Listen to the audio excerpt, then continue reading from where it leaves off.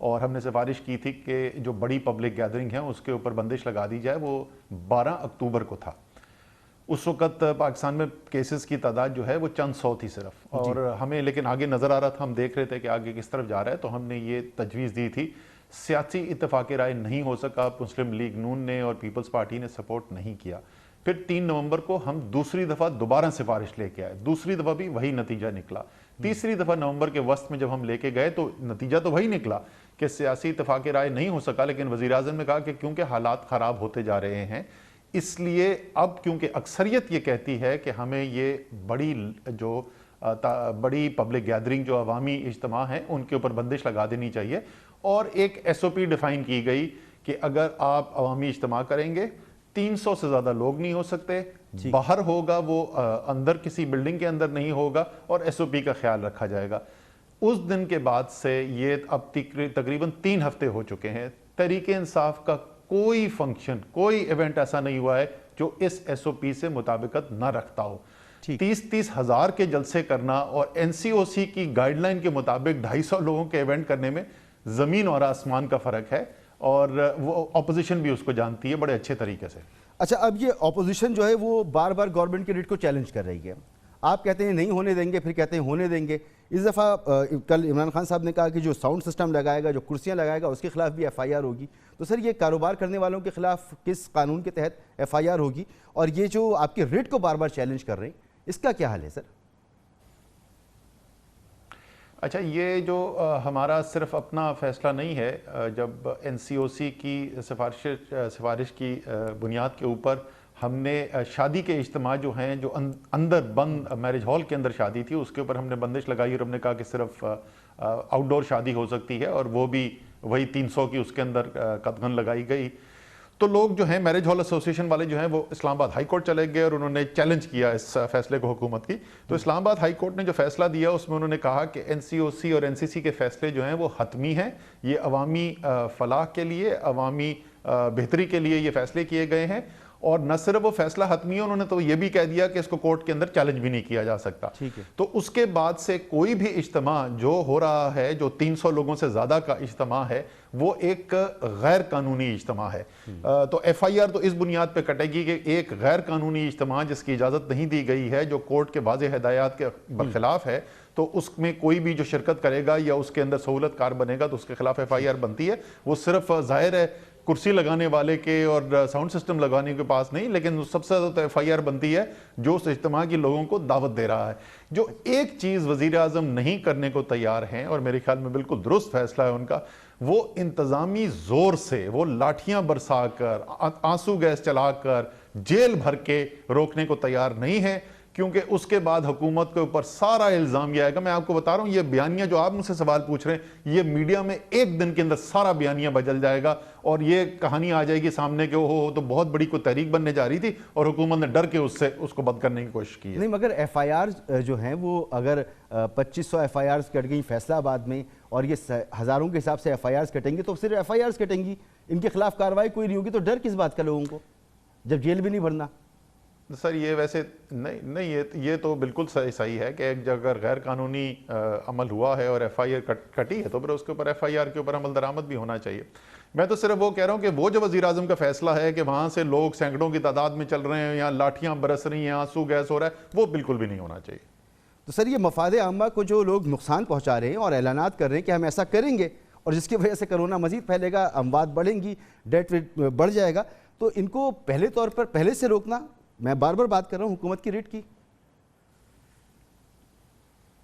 سر میں اگر کہوں نا، تھیوریٹکلی جو ہے وہ آپ بالکل درست بات کر رہے ہیں، لیکن میں پھر وہی کہہ رہا ہوں کہ دیکھیں یہ اقدامات جو ہوتے ہیں نا، یہ حکومت کے اس وقت کارگر ہوتے ہیں جب عوامی رائے اس کے پیچھے کھڑی ہو۔ اور میرا تجزیہ یہ ہے، ہو سکتا ہے میرا غلط تجزیہ ہو، میرا تجزیہ یہ ہے کہ میڈیا جو ہے وہ اگر اس قسم کے ایکشن لیے گئے ہمیں اس کو سپورٹ نہیں کرے گا، اس کے خلاف ایک بیانیہ بنے گا، ملک کے اندر ایک انتشار کی کیفیت پیدا ہوگی، اور اس لیے وہ بھی رفاہ عامہ کی بات ہے۔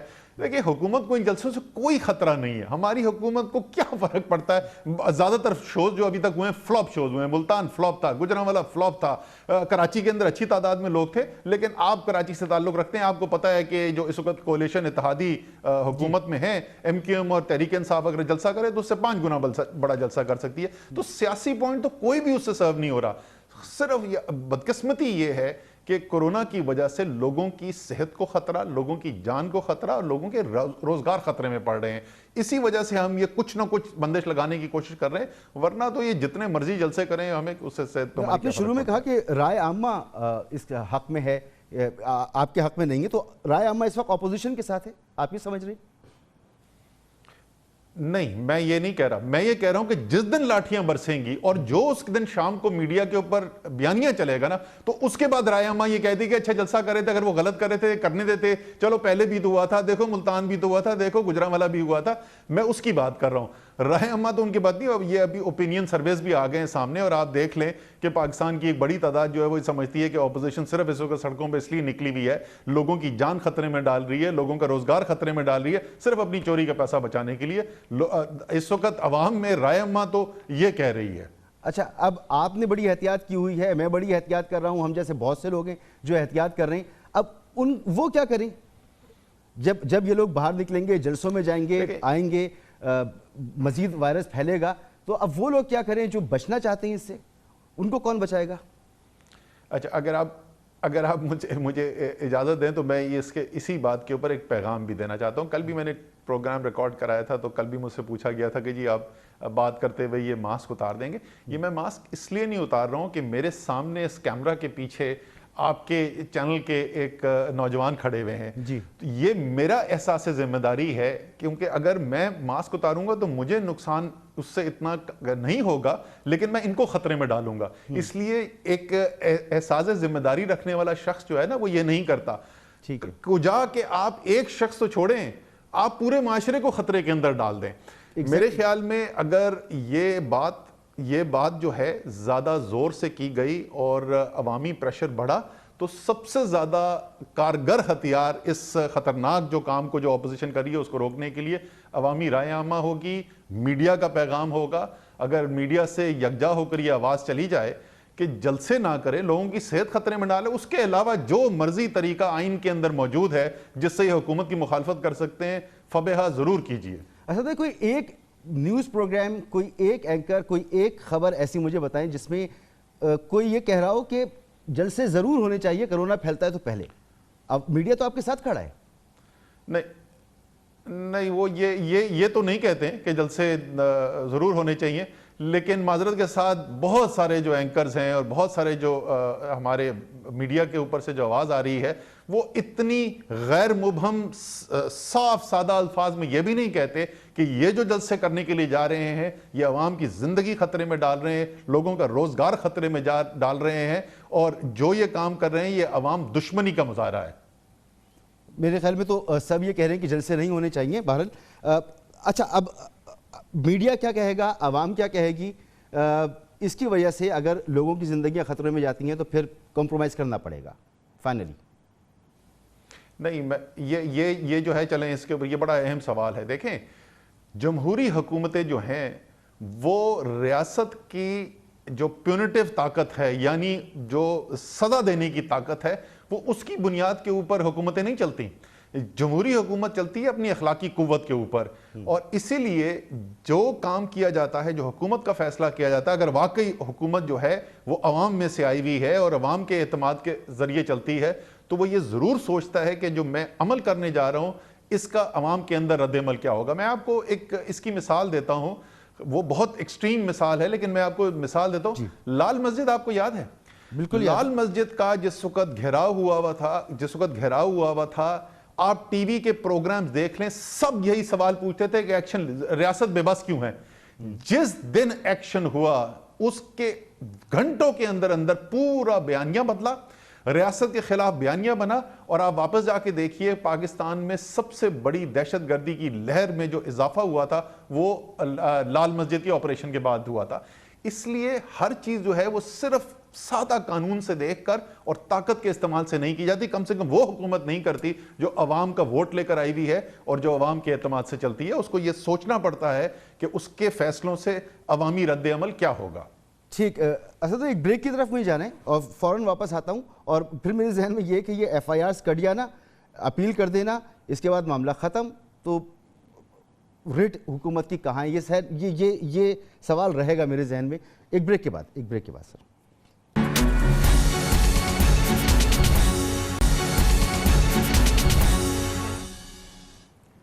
Welcome back. اسد عمر صاحب میرے ساتھ موجود ہیں، وفاقی وزیر برائے منصوبہ بندی، اہم رہنما پاکستان تحریک انصاف کے. سر بہت شکریہ آپ کا، آپ بدستور ہمارے ساتھ موجود ہیں. سر اس وقت اپوزیشن یہ کہہ رہی ہے کہ کووڈ-19 سے ہمیں خطرہ نہیں ہے، بلکہ آپ کو کہہ رہے ہیں کووڈ-18 کہ آپ نے معیشت تباہ کر دی، آپ نے ملک کا بیڑا غرق کر دیا، مہنگائی بڑھا دی. اب یہ جو بیانیہ ہے اس کا کاؤنٹر نیریٹو کیا ہے؟ اس وقت جو ملک کے معاشی حالات ہیں وہ تو مشکل ہیں، ایک عام آدمی کے لیے تو مشکل ہے. اچھا، اس کا جو اس بیانیے کا جواب جو ہے نا وہ حقائق کے ذریعے ہے، وہ بیانیے کی اس کے لیے ضرورت نہیں ہے.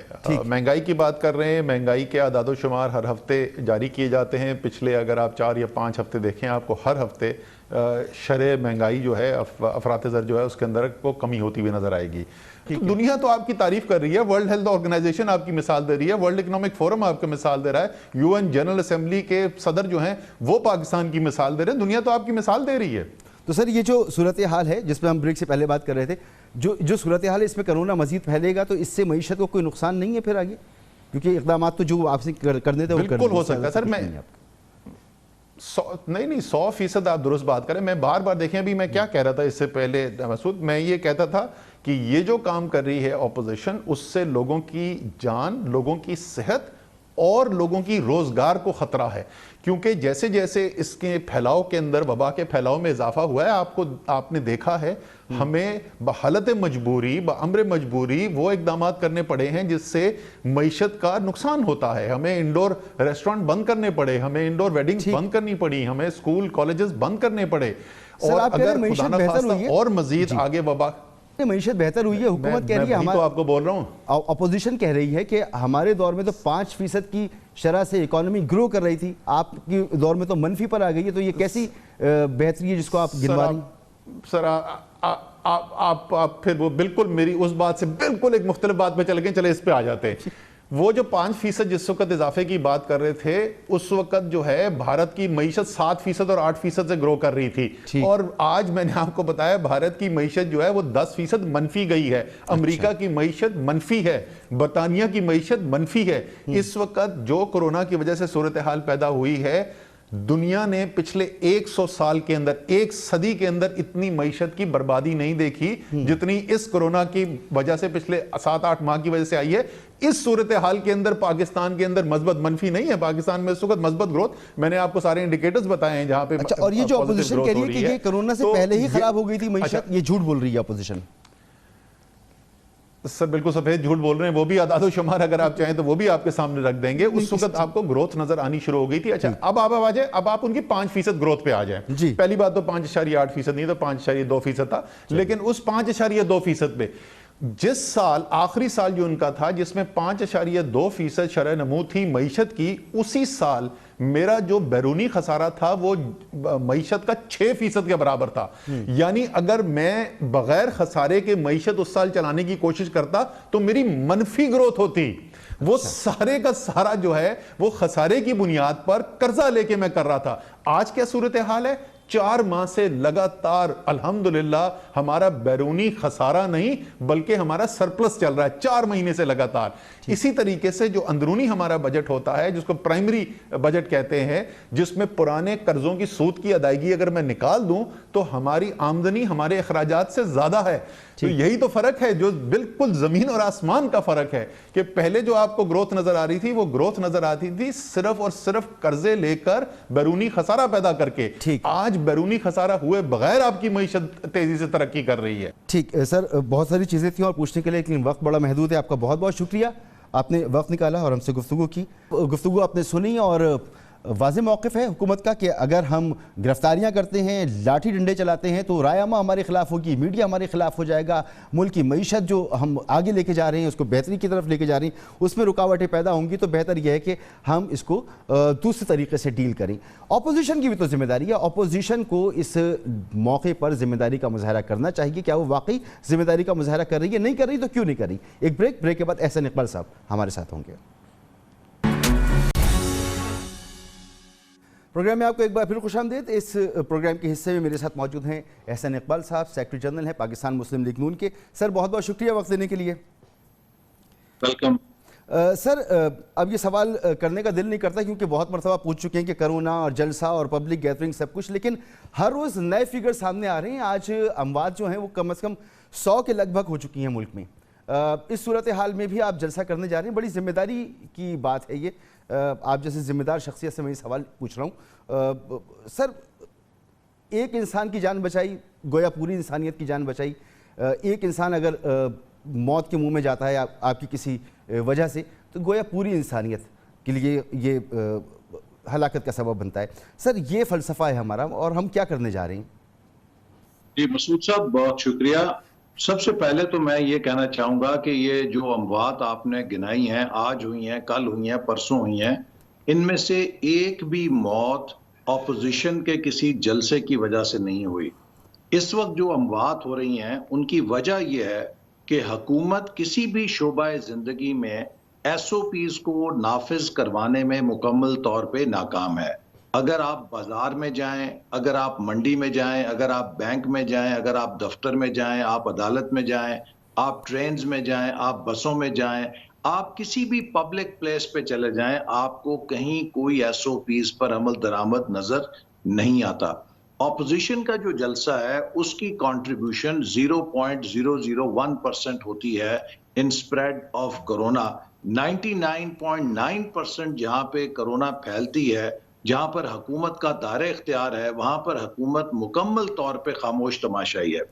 دوسری بات یہ ہے کہ جب بھی کوئی ایسا مرحلہ درپیش ہو کہ جہاں پر کلیکٹیو گڈ یا اجتماعی مفاد اور انفرادی مفاد ہو، میں سمجھتا ہوں کہ اس وقت پی اے ڈی ایم کے لیڈرز اور ورکرز سب نے خود کی جان کو داؤ پہ اور ہتھیلی پہ رکھا ہے ملک کے مفاد میں۔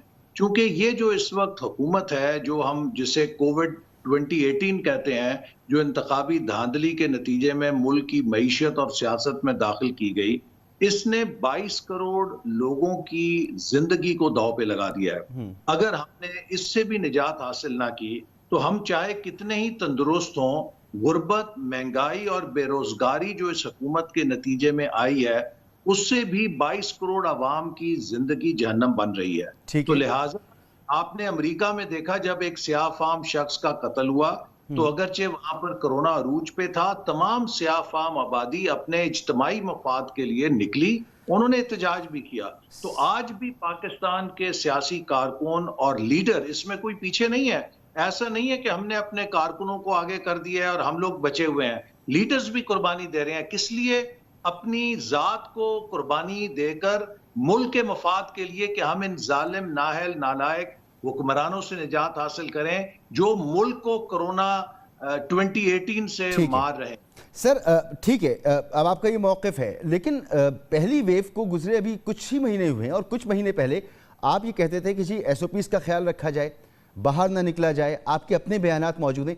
تو یہ چند 4 5 6 مہینے میں یا 3 مہینے میں کیا ہو گیا ایسا کہ اتنی شدت آ گئی آپ کے رویے میں؟ یہ اس لیے کہ جب کووڈ آیا ہے، پہلی لہر آئی ہے، اس سے پہلے ہی آپ کو معلوم ہے کہ ملک کی معیشت تقریباً جیم ہو چکی تھی۔ ہمارے ہاں آٹو انڈسٹری بند ہو چکی تھی، انجینئرنگ انڈسٹری بند ہو چکی تھی، کسان بے حال تھے۔ اور جب کووڈ ختم ہوا ہے اور کووڈ نے مزید اس معیشت کو دھچکا لگایا، ہمارا خیال تھا کہ یہ حکومت کوئی ایسی کارکردگی دکھائے گی، اس کے پاس کوئی پلان ہوگا، دنیا بھر سے امداد بھی آ رہی تھی کہ معیشت کو کھڑا کرے، لیکن یہ مکمل طور پہ ناکام رہی ہے۔ دن بدن لوگوں کے مسائل بڑھ رہے ہیں اور اب اگر کووڈ کی سیکنڈ لہر آئے گی جس سے مزید معیشت کو جھٹکا لگے گا تو پھر اس کے بعد اگر یہی بیٹھے ہوں گے جو کہ پہلے ہی اپنی نااہلی ثابت کر چکے ہیں، ملک تو مزید نیچے دھنس جائے گا۔ تو لہٰذا اب تمام پاکستان کی جو ڈیموکریٹک پارٹیز ہیں، میں یہ بات پھر زور دے کے کہوں گا اس وقت پاکستان کی کوئی تاریخی جمہوری قوت نہیں ہے جو پی ڈی ایم کے پلیٹ فارم سے باہر ہے، چاہے وہ ریجنل پارٹی ہے، چاہے وہ نیشنل پارٹی ہے، چاہے وہ سیکولر ہے، چاہے وہ مذہبی سر ہے۔ میں جاننا ہی چاہ رہا ہوں وہ کون سا ایسا پوائنٹ تھا جس پہ یہ سمجھ میں آیا کہ اب نہیں رکنا، اب بس آگے بڑھنا ہے اور اس حکومت کو گھر بھیجنا ہے؟ 3-4 مہینے تک آپ کا یہ موقف نہیں تھا کرونا کو لے کر آپ بڑے سینسٹائز ہوئے تھے، لیکن اس دفعہ نہیں ہے۔ وہ کون سا ایسا واقعہ ہوا؟ حکومت کہہ رہی ہے کہ معیشت اچھی ہو رہی ہے، روپیہ مستحکم ہو رہا ہے، کرنٹ اکاؤنٹ ڈیفیسٹ ہم نے اس پر قابو پا لیا ہے، ہمارا جو خسارہ تھا وہ کم ہو گیا ہے، ہماری ایکسپورٹس بڑھنے کی توقعات ہو گئی ہیں، ٹیکسٹائل انڈسٹری جو ہے وہ چل پڑی ہے۔ حکومت کا یہ دعویٰ ہے، اس کا پیکج ہے کنسٹرکشن انڈسٹریز کا، اس کے نتائج آنا باقی ہیں۔ تو وہ کہہ رہی ہے کہ معیشت اب بہتر ہونے کو آ رہی ہے۔ آپ بھی اتنے سینسٹائز نہیں، زیادہ احتیاط کر رہے تھے کرونا کے حوالے سے۔ کون سا ایسا موقع آیا، کون سا ایسا وقت آیا کہ آپ نے کہا نہیں اب چھوڑو، اب احتجاج ہے بس؟ دیکھیے، اس کی جو سب سے بڑا واقعہ ہے وہ پاکستانی عوام کا فیڈ بیک ہے۔ آپ ابھی اپنے پروگرام میں، ریکارڈنگ میں، جو کیمرہ مین ہے، جو لائٹ مین ہے، جو آپ کے دفتر کے باہر گارڈ ہے، کسی ایک سے پوچھ لیجیے زندگی کیسے گزر رہی ہے۔ آپ یقین کیجئے مسعود صاحب، ہم ابھی کہیں پبلک پلیس پہ جاتے ہیں، لوگ ہمیں مجرم گردانتے ہیں کہ آپ ان حکمرانوں کو گھر بھیجنے میں دیر کیوں کر رہے ہیں۔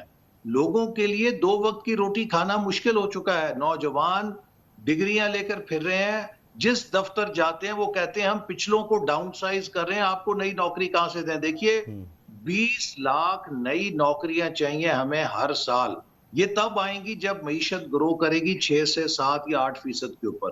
ابھی تو حکومت کا اپنا تخمینہ جو ہے وہ 1-1.5% کی گروتھ کا ہے۔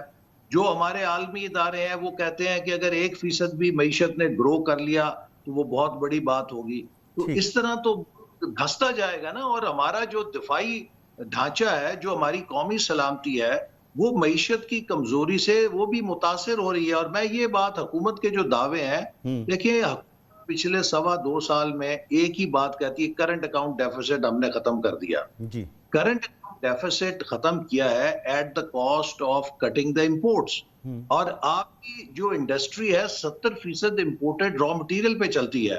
آپ اپنی گاڑی کو اگر کھڑا کر دیں اور کہیں جی میں نے پیٹرول کا خرچہ بچا لیا، دیکھیے پیٹرول کا بجٹ 0 ہو گیا ہے، یہ تو کوئی کارنامہ نہیں ہے۔ سر یہ تو ایک ایسی بحث ہے نا کہ عمران خان صاحب یہ کہتے ہیں کہ آپ کی جو معاشی پالیسیز تھیں وہ غلط تھیں، جس کی وجہ سے ملک قرضے میں دھس رہا تھا۔ ہم ملک کو قرضے سے نکالنے کے لیے ہم نے ایک پیراڈائم شفٹ لیا ہے اور اس کو ہم ایسے لے کر چلیں گے۔ یہ ایک بالکل ڈیفرنٹ بحث ہے، مگر ساتھ ساتھ وہ یہ کہتے ہیں کہ کیونکہ میاں نواز شریف صاحب پر وہ ملک سے باہر ہیں، مقدمات ہیں، آپ کی قیادت میں مقدمات ہیں، پیپلز پارٹی کی قیادت میں مقدمات ہیں، آپ لوگوں کو ان مقدمات سے بچنا ہے، حکومت پہ دباؤ ڈال رہے ہیں، وہ NRO کی ٹرم استعمال کرتے ہیں۔ تو سارا مقصد یہ ہے، مناسب نہ ہوتا کہ اب میاں نواز شریف صاحب ماشاءاللہ خطاب بھی کرتے ہیں، ایسا کوئی بڑا پروسیجر بھی نہیں ہوا، 1 سال کا عرصہ ہو چکا، ملک کے اندر رہتے ہوئے قانونی تقاضے بھی پورے کرتے اور یہ احتجاج بھی کرتے، باہر بیٹھ کر یہ احتجاج، یہ حکومت کا ایک ایسا پوائنٹ ہے جس کو عوام سنتی ہے، دیکھتی ہے کہ ہاں ایسا تو ہو رہا ہے۔ دیکھیے، پہلی بات آپ نے کہی کہ حکومت یہ کہتی ہے کہ قرضے ہمیں ورثے میں ملے اور خراب معیشت ملی۔ دنیا میں آپ کو کوئی یہ نہیں کہے گا ماہر معیشت کے ایک ایسی اکانومی جو 5.5% سے گرو کر رہی تھی وہ بیمار تھی۔ نہیں سر، وہ یہ کہتے ہیں کہ وہ نمبرز ٹھیک تھے، لیکن جس طرح سے وہ نمبرز آ رہے تھے وہ طریقہ غلط تھا کہ آپ ڈالر کو اسٹیبل رکھنے کے لیے پیسہ انجیکٹ کر رہے تھے، ہماری امپورٹ زیادہ تھیں، ایکسپورٹس کم تھیں، تو ہم نے اس کو پورا چینج کرنا ہے، تو اس لیے مشکلات آ رہی ہیں۔ بھائی آپ میری بات مجھے جواب لے رہے ہیں۔ دیکھیے، دنیا بھر میں ترقی جانچنے کا ایک پیمانہ ہے کہ آپ کی جی ڈی پی گروتھ کی کیا رفتار ہے، وہ 5.5% سے اوپر تھی۔ اور ہمارے آخری 3 سالوں میں جو امپورٹ بڑھنے کی وجہ تھی وہ یہ تھی کہ ہم نے ریکارڈ سرمایہ کاری کی تھی انفراسٹرکچر پروجیکٹس میں۔ 11,000 میگا واٹ بجلی کے نئے منصوبے لگے، 2,000 کلومیٹر موٹر ویز بنی۔ جب یہ منصوبے ختم ہو جاتے ہیں تو وہ پلانٹ اینڈ مشینری کی امپورٹ بھی ختم ہو جاتی ہے۔ That is one time import, وہ مستقل امپورٹ نہیں ہوتی ہے۔ لہٰذا یہ کہہ دینا کہ جی ہم نے امپورٹ ختم کر دی ہے، ہماری معیشت مضبوط ہو گئی ہے، دراصل یہ تو معیشت کے سلو ڈاؤن ہونے کی نشانی ہے۔ ہماری جو بھی انویسٹمنٹ تھی، جو بھی قرضے تھے وہ انفراسٹرکچر میں تھے، اور ہم نے جو 5 سالوں میں قرضے لیے، اس حکومت نے اس سے زیادہ 2 سالوں میں قرضے لے لیے۔ اگر یہ پیراڈائم شفٹ کر رہے تھے تو یہ قرضے نہ لیتے۔ انہوں نے تو 2 سالوں میں ہم سے زیادہ قرضے لیے، اور ہم نے تو ترقی کے منصوبے لگائے, انہوں نے ایک اینٹ نہیں لگائی ان قرضوں سے, بلکہ عمران خان کی حکومت کے بعد جو بھی حکومت آئے گی یہ ان کے گلے کے لیے ایک قرضوں کا پھندا چھوڑ کے جائیں گے کہ جو اتنا انہوں نے ڈیٹ لیا ہے وہ پروڈکٹیو نہیں ہے, وہ صرف ڈیفیسٹ فائنانسنگ کے لیے ہے. جہاں تک نواز شریف صاحب کا سوال ہے, دیکھیے ان کو عدالت نے اس شرط پہ جانے دیا کہ وہ علاج کرائیں گے اور جب ان کے معالجین سرٹیفائی کریں گے ہی از فٹ, وہ واپس آ جائیں گے. اور وہ شخص وہ ہے کہ جو اپنی کینسر میں بستر مرگ پہ بیوی کو چھوڑ کر جیل جانے کے لیے پاکستان آ گیا تھا. لہٰذا یہ کہنا کہ وہ کسی بھی لحاظ سے قانون سے فرار کر رہے ہیں مناسب نہیں ہے. ان کی ہارٹ کی پروسیجر ہونے والا ہے اور جب بھی ڈاکٹرز اس پروسیجر کو کریں گے اور انہیں مکمل صحت یابی کا سرٹیفکیٹ دیں گے وہ آ جائیں گے. اگر آپ بیمار ہیں اس کا یہ مقصد نہیں ہے کہ آپ بات چیت بھی نہیں کر سکتے, آپ چل پھر بھی نہیں سکتے. بیماری کا یہ مقصد تو نہیں ہوتا کہ آپ آئی سی یو کے اندر پڑے ہی ہیں تب آپ اچھا سر, وہ کچھ کنڈیشنز تھیں کہ وہ اپنی رپورٹس بھیجیں گے حکومت کو, پنجاب حکومت کو مطمئن کریں گے, وہ سارا پروسیس پنجاب حکومت کہتی ہے نہیں ہوا, اس لیے عدالت نے ایبسکانڈر بھی کر دیا ان کو. وہ سارا پروسیس ہوا ہے لیکن حکومت نے ان رپورٹس کو نہیں دیکھا, اور اس کے اندر عدالت نے یہ بھی کہا تھا کہ اگر حکومت کو کسی طرح ان رپورٹس پر اعتبار نہ ہو تو وہ پاکستانی ہائی کمیشن کے ذریعے کسی وقت وہاں کے معالجین سے ویریفیکیشن بھی لے سکتے ہیں. تو لہٰذا حکومت صرف نواز شریف صاحب کی طرف سے رپورٹس سبمٹ کرانے کی محتاج نہیں ہے, اس کے پاس ذرائع ہیں. اور آپ نے دیکھا عدالت میں جب پوچھا گیا تو یہ پتا چلا کہ حکومت نے ہائی کمیشن سے ویریفائی نہیں کرایا تھا کہ وہ ان کی طبی سچویشن کیسی ہے, میڈیکل کنڈیشن کیسی ہے. اچھا, اور سر یہ 13 تاریخ کو مریم بی بی کہہ رہی ہیں کہ فتح کا دن ہے, جلسہ کامیاب ہو جائے گا, یہ فتح ہے, یا عمران خان صاحب 13 تاریخ کو 13 دسمبر کے جلسے کے بعد گھر چلے جائیں گے, یہ توقع ہے آپ کو, کیا توقع ہے؟ 13 کو فتح ایسے ہوگی کہ انشاءاللہ ایک ریفرینڈم ہوگا, آپ دیکھیں گے تاریخی جلسہ ہوگا, اور اس کے بعد پی ڈی ایم کی لیڈرشپ اپنا آئندہ لاہے عمل دے گی. عمران خان صاحب کہتے ہیں میں این آر او نہیں دوں گا, ان سے نہ کوئی این آر او مانگ رہا ہے, نہ وہ این آر او آئین اور قانون کے تحت کسی کو دینے کے مجاز ہیں. اب تو اس سے استعفیٰ لیا جائے گا اور ان کو گھر بھیجا جائے گا, کیونکہ انہوں نے جو 2 سالوں میں ملک کی درگت بنائی ہے. ہمارا دشمن ملک کروڑوں ڈالر خرچ کر کے ہمارا معاشی طور پہ اور سی پیک کا وہ نقصان نہیں کر سکتا تھا جو عمران خان نے اپنے ہاتھوں سے 2.25 سال میں اس ملک کی معیشت کا اور سی پیک کا کر دیا. سر ایک بریک لینے دیں, اور بریک کے بعد کہ یہ عمران خان صاحب کا جو استعفیٰ آپ جس کی توقع کر رہی ہیں یہ عوامی دباؤ کے نتیجے میں آ جائے گا یا کوئی اور عوامل ہوں گے, ان کے اتحادی انہیں چھوڑ جائیں گے, کوئی بات چیت چل رہی ہے سیاسی سطح پر؟ ایک بریک کے بعد.